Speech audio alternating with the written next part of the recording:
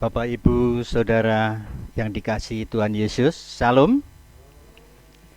Kepada seluruh warga jemaat, Majelis GKJ Bambu Tegalrejo Yogyakarta mengucapkan selamat bergabung dalam ibadah saat ini.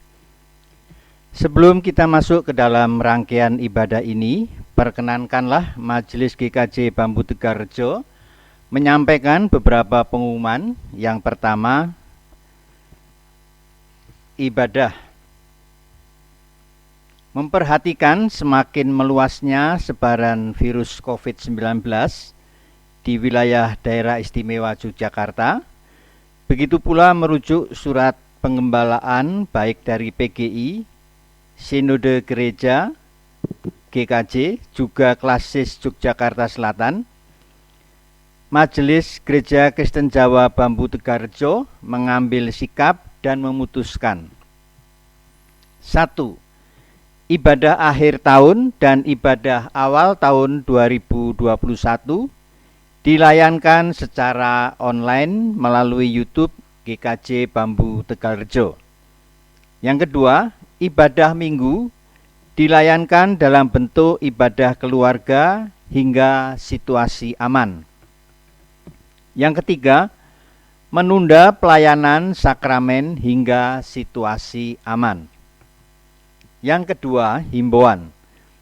Mari kita tetap patuhi semua anjuran pemerintah bagi Bapak, Ibu, Saudara-saudari untuk senantiasa mencuci tangan, memakai masker, menjaga jarak, serta istirahat yang cukup, makan yang sehat untuk meningkatkan ketahanan tubuh kita masing-masing.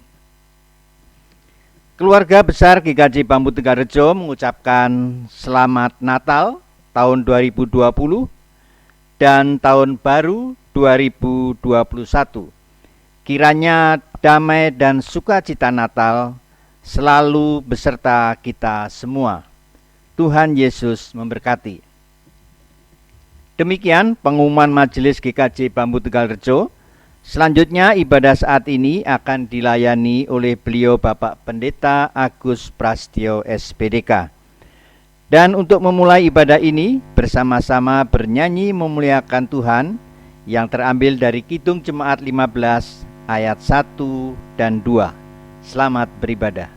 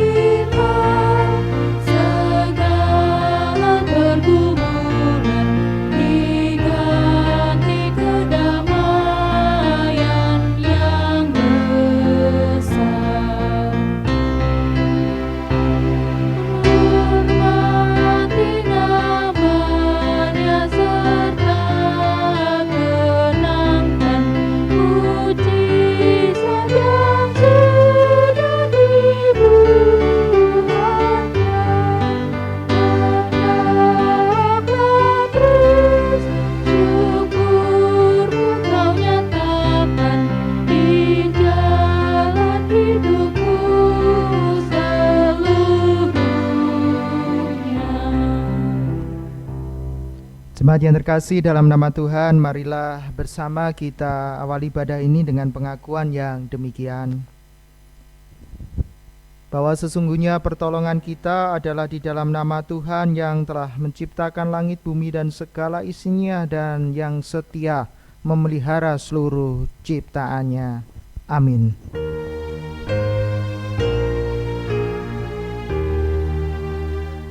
Amin.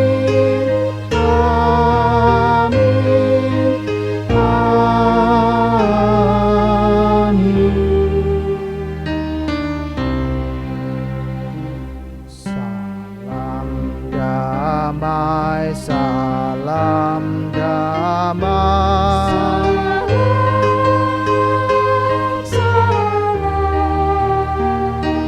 damai Kristus. pesertamu. Salam, salam.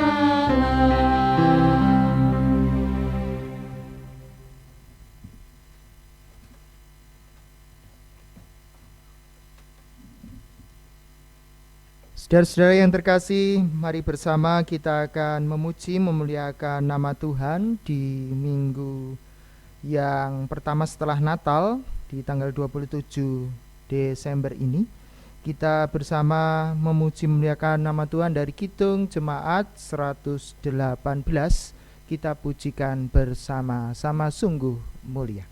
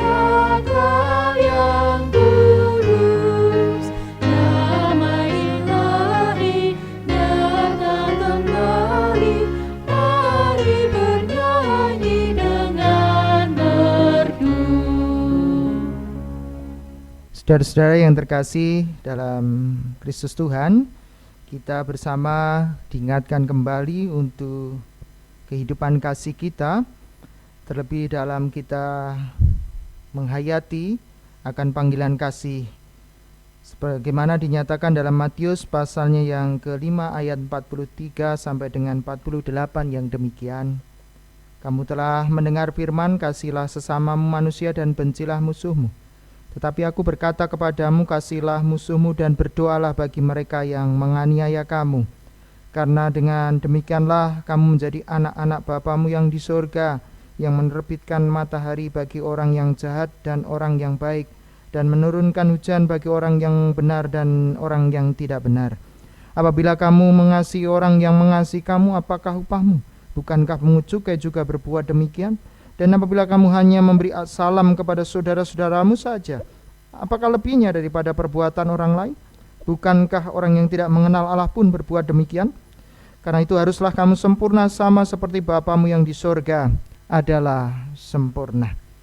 Inilah panggilan yang harus kita hidupi, terlebih menjadi bekal untuk kita memasuki tahun baru 2021. Dibutuhkan orang-orang yang memiliki sikap seperti anak-anak Bapa yang terus melanjutkan kasih dalam kehidupan ini.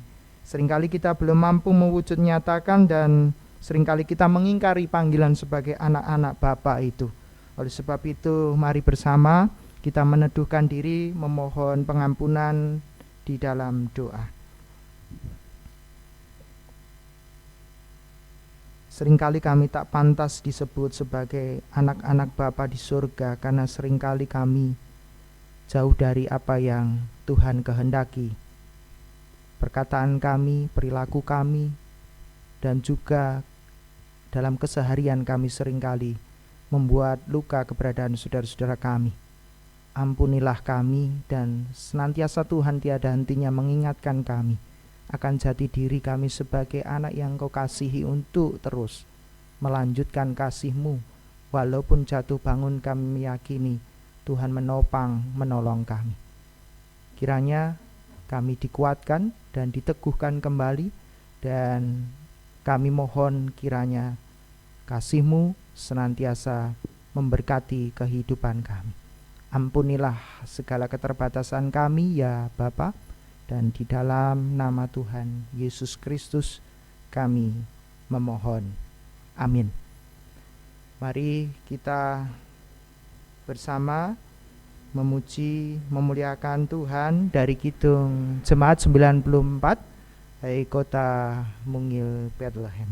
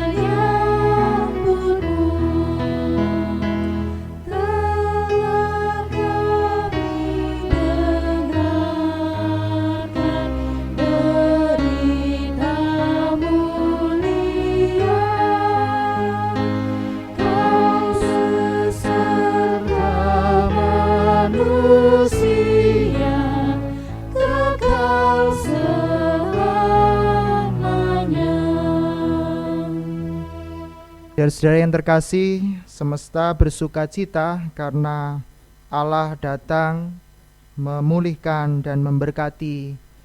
Oleh sebab itu kita diteguhkan kembali melalui rahmat Tuhan dalam Roma pasalnya yang ketiga ayat 23 sampai dengan 24 yang demikian. Karena semua orang telah berbuat dosa dan telah kehilangan kemuliaan Allah, dan oleh kasih karunia telah dibenarkan dengan cuma-cuma karena penebusan dalam Kristus Yesus.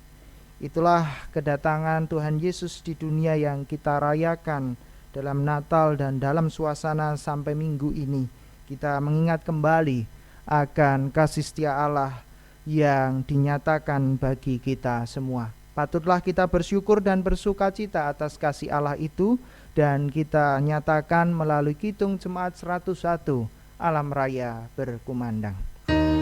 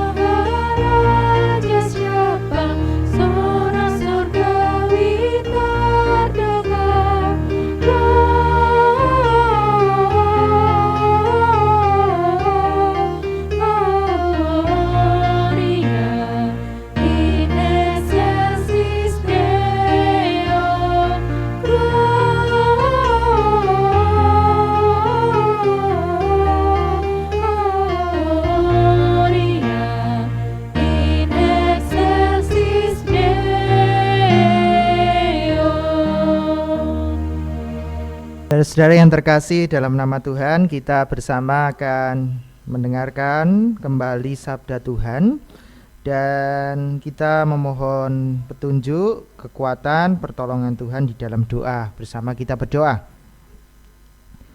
Tuhan, kami bersama menyiapkan diri bersama dengan anggota keluarga untuk mendengarkan sapaan sabda-Mu. Oleh sebab itu, bimbinglah kami semua dimampukan untuk mendengar dengan sebaik mungkin, merasakan dan dilakukan dalam kehidupan hari lepas hari. Kami meyakini bahwa firman-Mu adalah pelita bagi kaki kami dan terang bagi jalan kami. Terima kasih, di dalam nama Tuhan kami Yesus Kristus kami sambut sabda-Mu. Amin.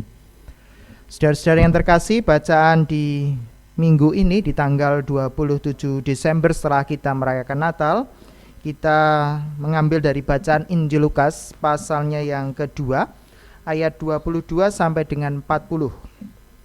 Saya akan membacakannya bagi Bapak Ibu Saudara sekalian dari Injil Lukas pasalnya yang kedua, ayat 22 sampai dengan 40. Dan ketika genap waktu pentahiran menurut hukum Taurat Musa, mereka membawa dia ke Yerusalem untuk menyerahkannya kepada Tuhan. Seperti ada tertulis dalam hukum Tuhan, semua anak laki-laki sulung harus dikuduskan bagi Allah dan untuk mempersembahkan korban menurut apa yang difirmankan dalam hukum Tuhan, yaitu sepasang burung terkukur atau 2 ekor anak burung merpati. Adalah di Yerusalem seorang bernama Simeon. Ia seorang yang benar dan saleh yang menantikan penghiburan bagi Israel. Roh Kudus ada di atasnya, dan kepadanya telah dinyatakan oleh Roh Kudus bahwa ia tidak akan mati sebelum ia melihat Mesias, yaitu dia yang diurapi Tuhan. Ia datang ke bait Allah oleh Roh Kudus.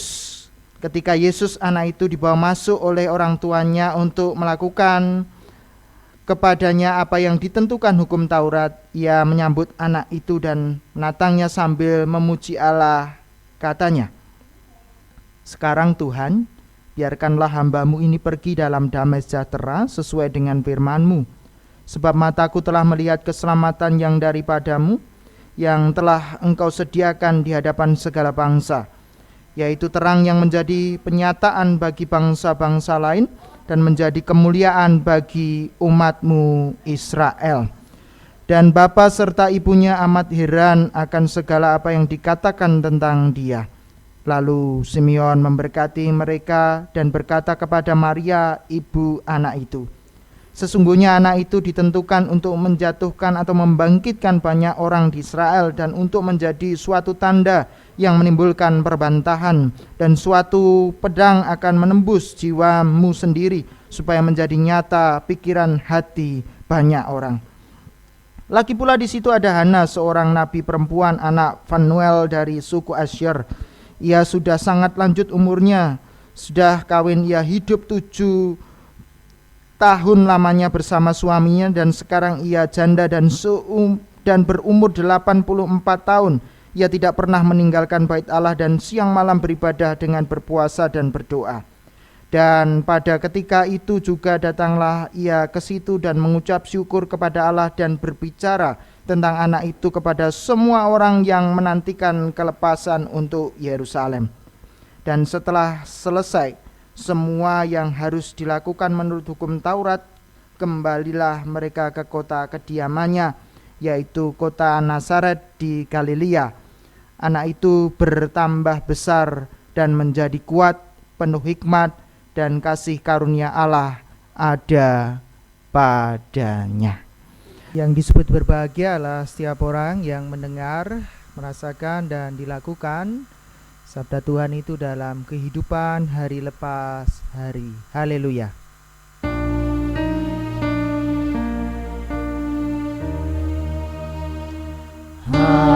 Haleluya, amin. Haleluya, amin. Haleluya, amin. Haleluya, amin. Shalom Bapak Ibu Saudara sekalian yang terkasih dalam nama Tuhan, kiranya semua dalam kebaikan dan kemurahan Tuhan. Sebelum kita renungkan bersama khotbah saat ini, kita kembali mendasari menjadi ayat nas di ayatnya yang ke-40. Saya akan membacakannya bagi Bapak Ibu Saudara sekalian yang demikian. Anak itu bertambah besar dan menjadi kuat, penuh hikmat dan kasih karunia Allah ada padanya. Saudara-saudara yang terkasih dalam nama Tuhan, setiap kita manusia itu selalu bertumbuh dan berkembang, tidak bisa dipungkiri. Nah, tentunya ada perbedaan, yang belajar biologi tahu arti bertumbuh dan berkembang. Namun saya ingin cenderung lebih memilih tentang bertumbuh. Bertumbuh itu lebih pada sebuah hal yang tentunya dapat kita perhatikan, dapat kita amati dan dapat kita rasakan betul. Nah, pertumbuhan seperti apa dalam diri manusia, ternyata ada dimensi-dimensi yang sangat luas dalam diri manusia ini.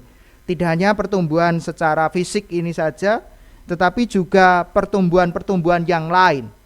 Nah, pertumbuhan-pertumbuhan yang lain itu selalu mempunyai misterinya sendiri. Tidak bisa ditebak bahwa setelah ini pasti ini, itu ilmu psikologi yang biasa. Tetapi pada kenyataannya di era sekarang, Bapak Ibu Saudara sekalian, itu bisa berubah sedemikian rupa. Siapa bilang anak kecil sekarang itu dikatakan belum tahu apa-apa? Kadangkala mereka lebih tahu banyak hal daripada kita.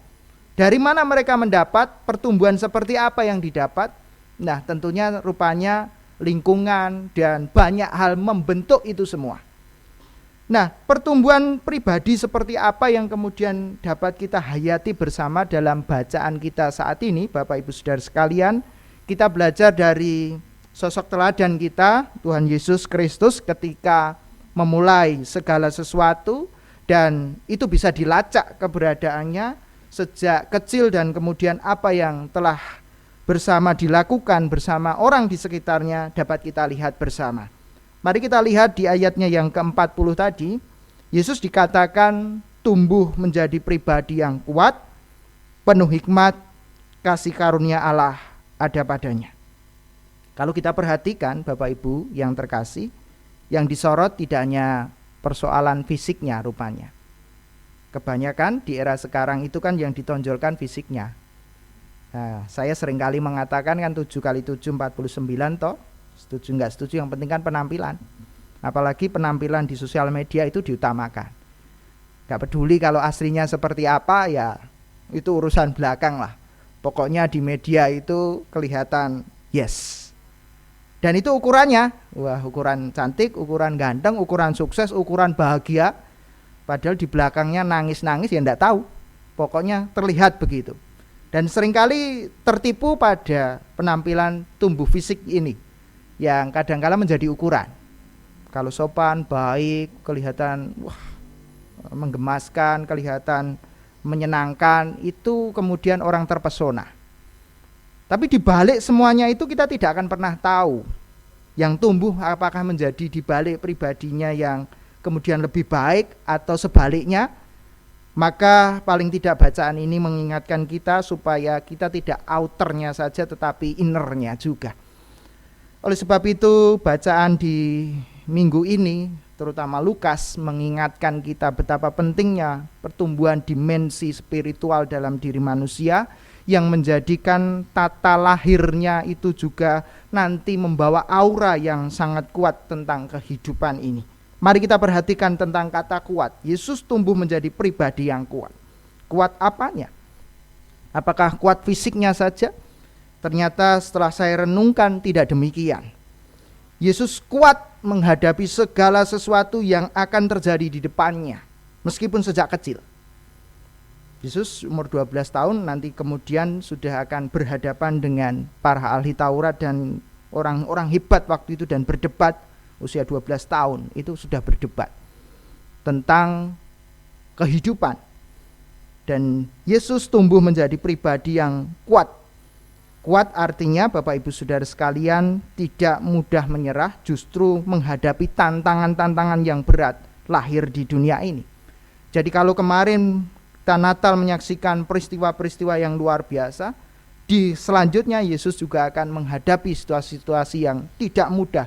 Dan nanti Bapak Ibu Saudara sekalian, setelah Natal ini akan terus ke Paskah, kita bisa melihat tantangan demi tantangan yang dihadapi Yesus membuat pribadi semakin kuat. Maka catatan saya, menurut saya, di minggu ini kita diajak untuk mari menjadi pribadi yang kuat dengan segala tantangan-tantangan yang ada. Oleh sebab itu justru tantangan-tantangan yang ada, gejolak-gejolak kehidupan yang ada membuat pribadi kita menjadi pribadi yang kuat. Kuat itu artinya tidak mudah menyerah, tidak mudah mutung, dan kemudian tidak mudah untuk kemudian putus asa. Nah, kalau kita renungkan bersama, itu nanti akan mengarah pada sikap hidup yang tabah dan teguh. Ini yang langka sekarang. Sekarang itu apa-apa sedikit itu kita lembek. Pribadi yang mudah mengeluh, gampang merengek, itu tradisi-tradisi yang sekarang dibangun di era globalisasi yang kadang-kala mudah untuk kemudian orang mengekspresikan itu, bukan menjadi pribadi yang kuat. Kuat marahnya iya, kuat mutungnya iya, kuat mencibirnya iya, kuat ketidaksukaannya begitu menonjol. Dapat kita lihat dalam keseharian dia. Kuat untuk membenci yang lain, kuat untuk memusuhi yang lain atas dasar agama, atas dasar ras, suku, golongan, pilihan politik, menguat. Bukan yang menguat adalah kasihnya, bukan yang menguat itu kebaikannya. Yesus menghadirkan sosok yang kuat kasihnya, sehingga kuatnya kasih itu mengalahkan semua hal yang tentunya merusak kehidupan. Nah, menurut saya ini catatan yang menarik, kita menjadi pribadi yang justru kuat itu dimulai dari dalam, tidak hanya luar ini. Luar ini tidak bertahan lama. Kuatnya luar ini ya tidak bertahan lama. Ini menjadi catatan yang menurut saya kita hayati dalam minggu di tanggal 27 setelah Natal. Artinya kita disiapkan melalui berita Natal dan dilanjutkan bacaan ini untuk siap kuat menghadapi segala sesuatu dengan sukacita Natal yang kita miliki. Kita menjadi pribadi yang kuat sehingga menjadi pribadi yang tabah teguh, terlebih menghadapi situasi pandemi saat ini. Jangan sampai kuat mutungi, kuat nesune, kuat yang lain-lain nih yang kemudian justru merusak ke diri kita sendiri dan relasi kita dengan sesama. Yang kedua, Bapak Ibu Saudara sekalian, di sana dikatakan Yesus penuh hikmat. Ciri orang berhikmat itu satu yang perlu saya garis bawahi dan seringkali kita lupakan. Ciri orang yang berhikmat itu adalah kemampuan reflektifnya. Jadi hidup yang tidak direfleksikan itu tidak patut untuk dijalani. Di penghujung tahun ini menurut saya sikap hidup yang reflektif, refleksi diri itu menjadi bagian yang penting. Karena sikap hidup reflektif itulah yang membedakan manusia dengan yang lainnya. Kalau yang lainnya dikatakan kalau keledai itu jatuh pada lubang yang sama karena tidak mempunyai kemampuan reflektif. Maka manusia memiliki kemampuan reflektif, itulah yang membuat dia bijaksana. Oh, saya pernah jatuh di tempat itu, maka saya akan mengantisipasi supaya tidak seperti itu. Itu makhluk yang reflektif.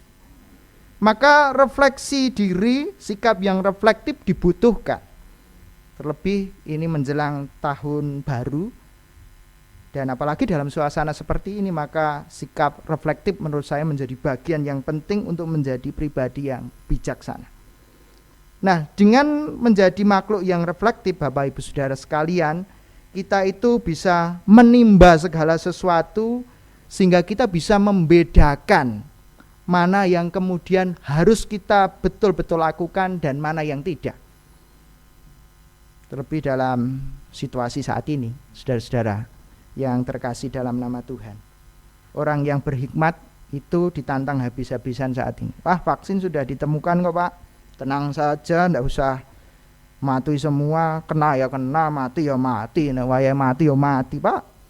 Nah, mulailah dibuyarkan dengan tidak lagi dia menggunakan akal sehatnya. Soal hikmat juga reflektif menggunakan akal sehatnya.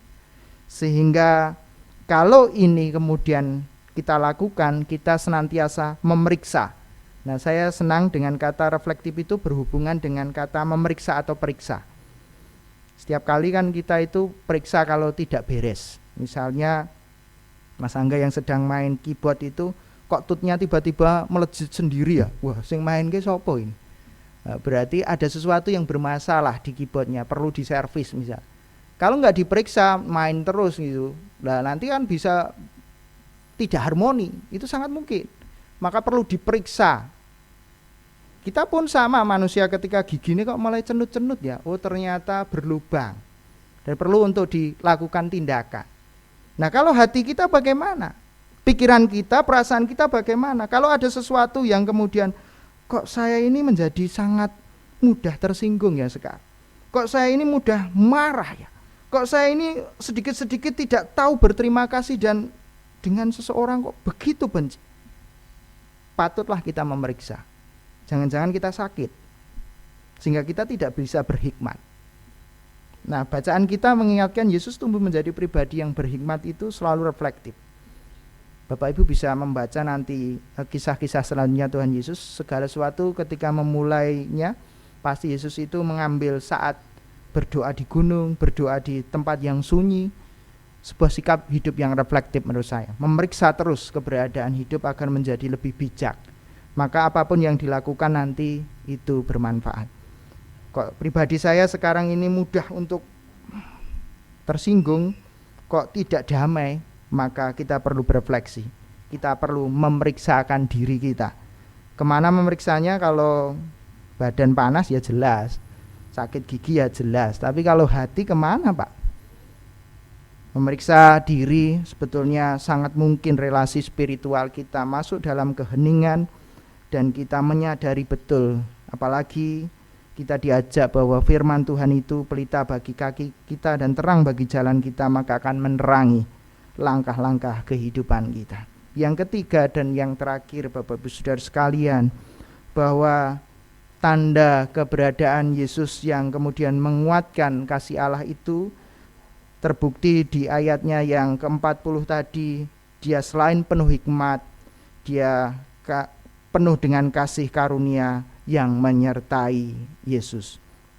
Lalu apa yang dapat kita hayati dalam dimensi kasih Allah yang menyertainya?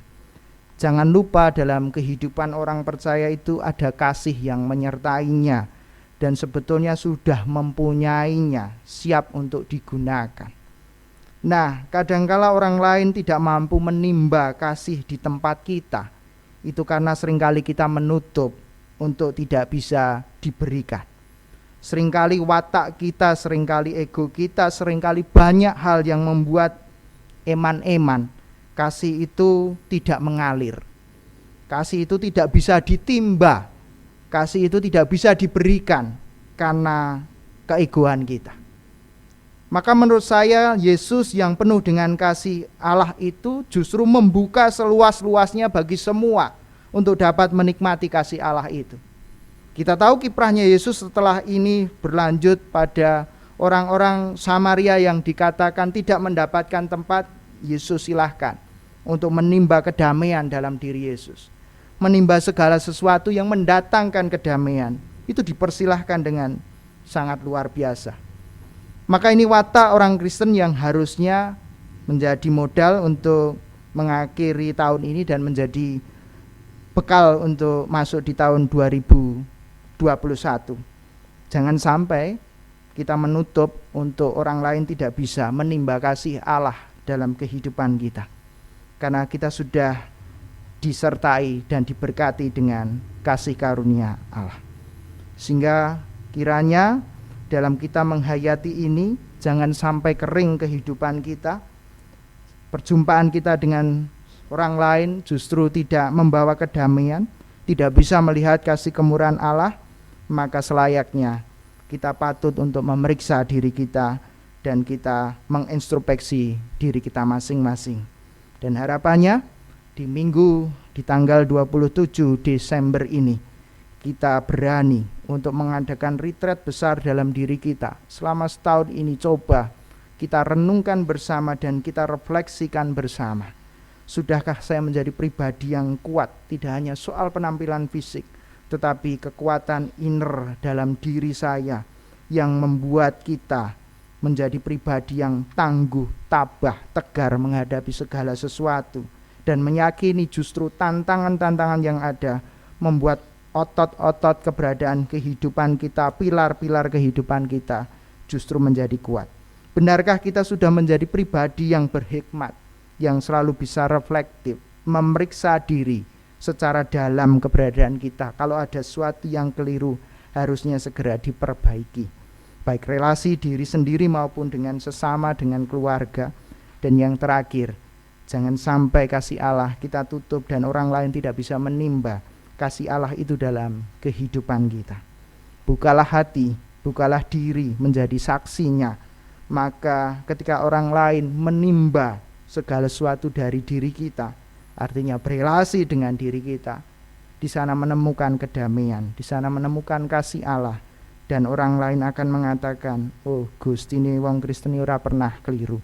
Tuhannya yang dia sembah, yang katanya Yesus, yang dikatakan yang sudah lahir di palungan dan seterusnya, itu akan terpupus karena dia akan melihat kebaikan dan kemurahan Allahnya. Orang Kristen yang disembah itu ternyata tidak pernah salah dan benar adanya.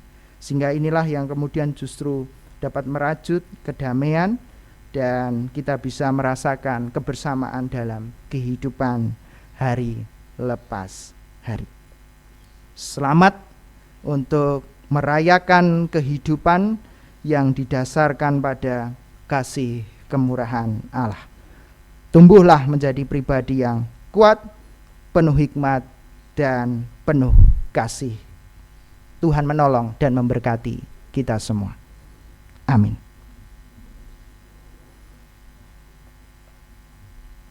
Saat teduh bagi kita sekalian.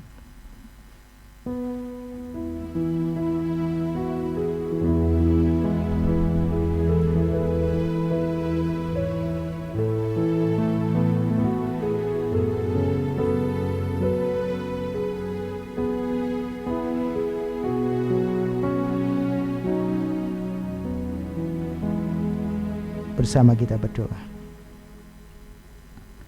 Kami mengucapkan syukur kepada Tuhan untuk berkat-berkat Tuhan sepanjang setahun ini yang boleh kami terima dan hayati. Meskipun dalam suasana yang tidak mudah keluar dari semua rencana-rencana yang kami tata, bahkan sampai akhir tahun ini, namun kami masih diberikan kesempatan untuk bisa bersama dengan saudara-saudara kami dan bisa masih diberikan kesempatan untuk menikmati hari ini.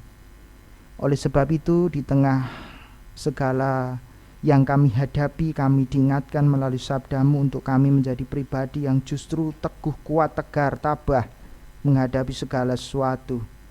Disitulah tantangan justru menjadi media kami menjadi pribadi yang lebih unggul, menjadi pribadi yang bisa berhikmat dan justru memperkuat kasih Allah dalam kehidupan kami. Sehingga kehadiran kami bersama dengan orang-orang di sekitar kami, siapapun yang bersama kami, dapat menimba kasih Allah yang menyejukkan dan mendamaikan. Kiranya sikap dan perilaku kami adalah air sumber kehidupan yang Tuhan berikan untuk menolong kami menghidupi kasih Allah yang penuh damai itu. Bapa di surga, kami juga berdoa kiranya kami semua dalam kebaikan dan kemurahan Tuhan untuk kami menyiapkan diri memasuki tahun baru yang sebentar akan kami rayakan di minggu-minggu mendatang. Kiranya juga Tuhan sertai langkah-langkah kami, terlebih dalam menghadapi pandemi saat ini.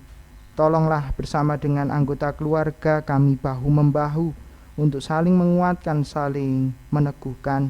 Dan tolonglah keberadaan saudara-saudara kami yang sampai saat ini belum bisa berjumpa, dan rasa kangen yang kini melanda itu kiranya kami dapat mengantisipasinya dengan terus kami mendukung, mendoakan, dan menggunakan segala media untuk tetap menjalin komunikasi agar kami senantiasa dalam kebaikan dan kemurahan Tuhan. Kami juga berdoa bergumul untuk yang masih dalam raga lemah. Tuhan tolonglah, hadirlah dan berikanlah berkat kesembuhan. Kiranya Tuhan tidak menegakkan keberadaan saudara-saudara kami terkasih.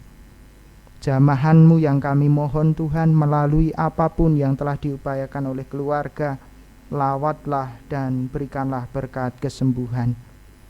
Kami juga terus mendoakan untuk tenaga kesehatan yang saat ini berjuang untuk menangani pandemi ini, bekerja sama dengan seluruh elemen masyarakat, kiranya diberikan kekuatan dan perlindungan. Terlebih kami mendengar akan ada proses vaksinasi yang akan berlangsung, bisa di akhir tahun ini atau di awal tahun 2021. Kami mohon pertolongan Tuhan, kiranya koordinasi seluruh pemerintah pusat dan daerah sampai daerah-daerah terpencil sekalipun mampu dijembatani dengan sebaik mungkin, sehingga proses vaksinasi yang ada berjalan dengan baik, bangsa kami kembali kuat pulih perekonomian dan pulih sebagai bangsa untuk maju mewujudkan cita-cita negara kesatuan Republik Indonesia yang kuat, mandiri dan maju. Kami juga berdoa untuk yang saat ini masih berjuang menghadapi pandemi ini, terlebih yang harus terbaring baik di rumah sakit maupun karantina mandiri di rumah masing-masing ataupun tempat yang telah disediakan. Kami mohon kiranya Tuhan hadir dan memberikan kekuatan dan meyakini bahwa Allah Sang Immanuel beserta tidak pernah meninggalkan. Kami juga mendoakan keluarga kiranya diberikan kekuatan agar dalam menjalani semuanya ini terus berharap dan bersandar kepada Tuhan. Kami juga akhirnya mendoakan keberadaan bangsa dan negara kami. Ya Tuhan, tolonglah dan berkatilah bangsa kami ini setelah pilkada serentak, lahir pemimpin-pemimpin baru yang tentunya akan merajut nilai-nilai kebangsaan yang lebih kuat dan kokoh. Kiranya diberkati beserta dengan seluruh masyarakat yang ada dan dicintai agar mampu menjalankan program-program untuk kesejahteraan seluruh masyarakat Indonesia. Ya Tuhan, akhirnya inilah yang menjadi seruan kami kepadamu dalam syafaat kami. Kami sadar banyak hal yang kami lakukan jauh dari kehendak-Mu sepanjang kehidupan kami sampai saat ini. Oleh sebab itu kami mohon pengampunan Tuhan. Dan kami ya Tuhan bersama mengakhiri dengan doa yang selalu Kau ajarkan bagi kami di dalam doa Bapa kami. Bapa kami yang di surga, dikuduskanlah nama-Mu, datanglah kerajaan-Mu, jadilah kehendak-Mu di bumi seperti di surga. Berikanlah kami pada hari ini makanan kami yang secukupnya, dan ampunilah kami akan kesalahan kami, seperti kami juga mengampuni orang yang bersalah kepada kami. Dan janganlah membawa kami ke dalam pencobaan, tetapi lepaskanlah kami daripada yang jahat.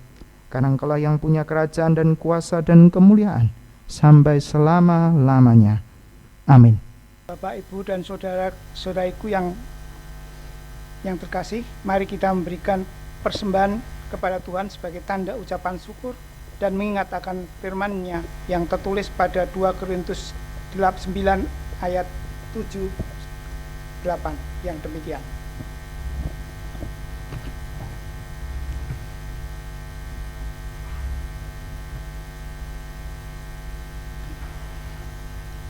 Hendaklah masing-masing memberikan menurut kerelaan hatinya, jangan dengan sedih hati atau karena paksaan, sebab Allah mengasihi orang yang memberi dengan sukacita. Dan Allah sanggup melimpahkan segala kasih karunia kepadamu, supaya kamu senantiasa berkecukupan di dalam segala sesuatu, dan malah berkelebihan di dalam berbagai kebijakan. Seperti ada tertulis, ia memberikan kepada orang miskin, kebenarannya tetap untuk selama-lamanya. Bapak, Ibu, serta saudara, mari kita bawa persembahan ke hadapan Tuhan dengan diiringi KJ 302 bait 1 sampai 3.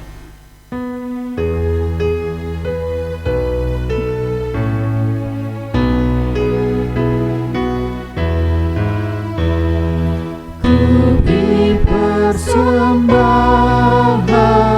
pada Tuhanku, sambil puji Yesus Juru selamatku. Dengan sukaria ku beri padamu dan merasa kaya dalam Tuhanku.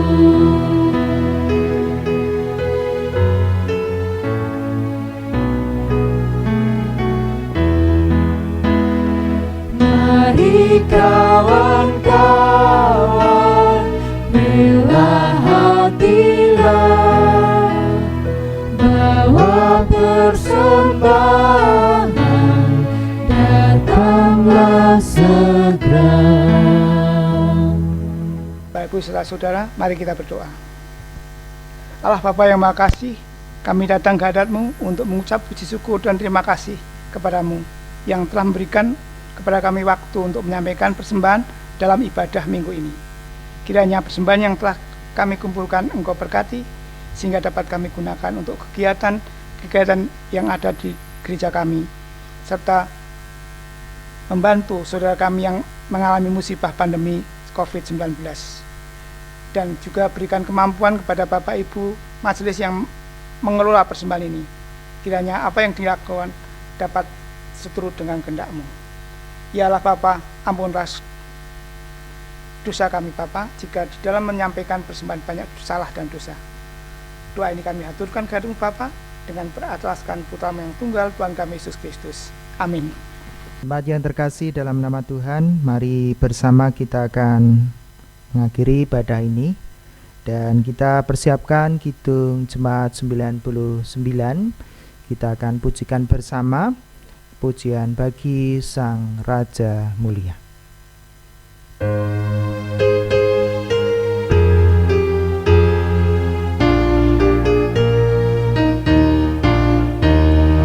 Kita surga bergema, lahir Raja Mulia, damai dan sejahtera turun dalam dunia. Bangsa-bangsa bangkitlah dan bersoraklah, serta berlakukan kabar baik. Lahir Kristus terang ajar, kita surga bergema, lahir Raja Mulia.